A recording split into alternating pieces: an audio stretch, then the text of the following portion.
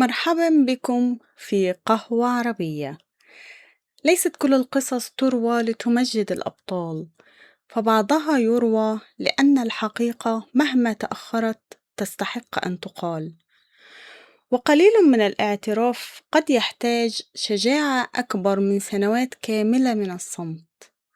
أعدوا فنجانا من القهوة واجلسوا في مكان هادئ، ودعونا نستمتع معا بقصة جديدة تساعدكم على تعلم اللغة العربية بطريقة طبيعية وممتعة.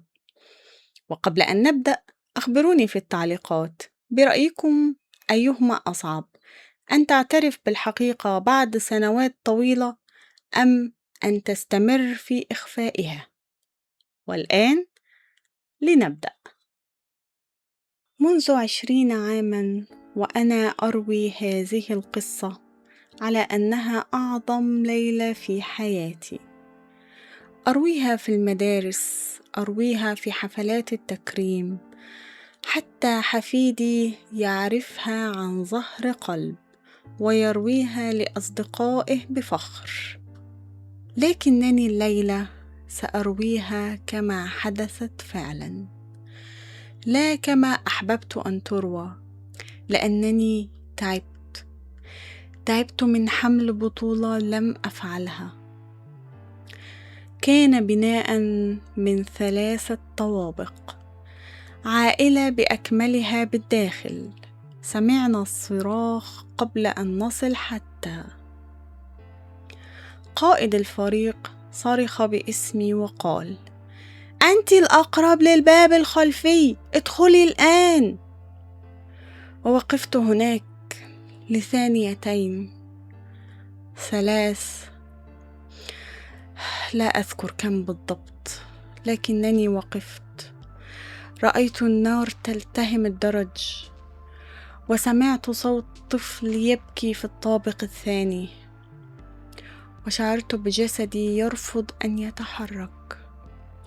زميلي، رجل أصغر مني ب10 سنوات، دفعني جانبا ودخل. هو من أخرج العائلة، هو من حمل الطفل على كتفه وخرج من بين الدخان. أما أنا فدخلت بعده بثوان معدودة، أحمل خرطوم المياه، أفعل ما يفترض أن أفعله منذ البداية. في التقرير الرسمي كتب أننا دخلنا معا، وهذا صحيح من الناحية الحرفية، لكن الصحافة أرادت بطلاً واحداً، ووجه زميلي لم يكن يحب الأضواء. فتقدمت أنا، قلت للصحفية أنني ركضت نحو الصوت دون تفكير. قلت أن التدريب استحوذ على جسدي. كانت كلمات جميلة، كانت كذبة كاملة. ومنذ تلك اللحظة أصبحت أنا الحكاية، أصبحت أنا المرأة التي لا تتردد. وكل مرة كنت أرويها فيها كنت أصدقها أكثر قليلا، حتى نسيت الثواني التي وقفت فيها. زميلي لم يصحح القصة قط. قال لي ذات مرة: دعيها كما هي، فالناس يحتاجون بطلا لا رجلا خائفا.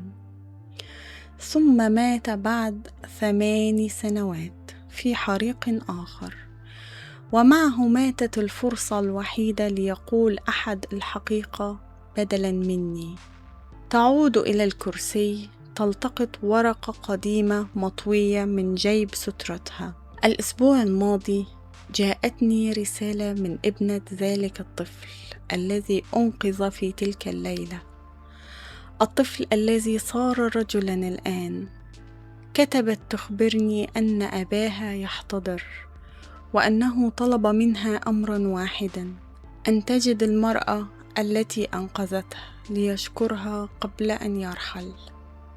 وجلست أمام تلك الرسالة ساعة كاملة أفكر: هل أذهب وأقبل شكرا لا يخصني، أم أخبره أخيرا بعد كل هذه السنوات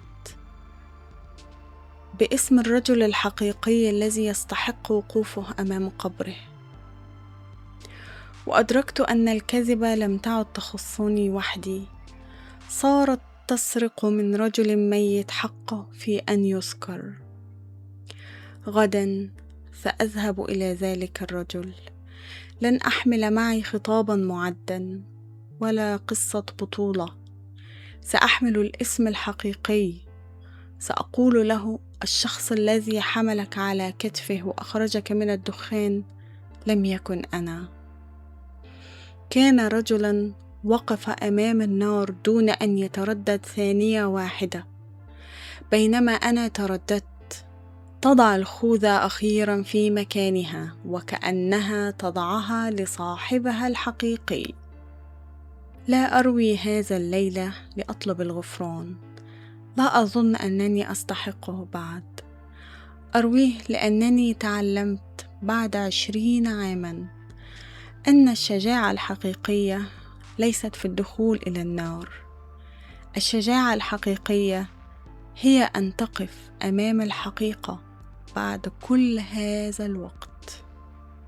وهكذا نصل إلى نهاية قصة اليوم. ربما لم يكن أصعب ما واجهته بطلة قصتنا هو النار، بل الحقيقة التي ظلت تهرب منها 20 عاما. فهناك لحظات في حياتنا لا تغيرها الشجاعة التي نظهرها أمام الناس، بل الشجاعة التي نجدها داخل أنفسنا عندما نواجه أخطاءنا ونعترف بها كما هي. تذكرنا هذه القصة بأن البطولة ليست دائما في أن نكون بلا خوف، بل في أن نتحلى بالصدق حتى عندما يكون الاعتراف مؤلما. إذا استمتعتم بهذه القصة وساعدتكم على تعلم اللغة العربية بطريقة ممتعة، فلا تنسوا دعم القناة بالإعجاب بالفيديو والاشتراك فيها حتى لا يفوتكم أي فيديو جديد. وأخبروني في التعليقات، لو كنتم مكان بطلة القصة، هل كنتم ستكشفون الحقيقة بعد كل تلك السنوات؟ أم كنتم ستتركونها كما هي؟ شكرا لكم على وقتكم. أتمنى أن تكونوا قد تعلمتم كلمات وتعبيرات عربية جديدة واستمتعتم بالقصة في الوقت نفسه. أراكم قريبا في قصة جديدة وفنجان قهوة جديد. إلى اللقاء.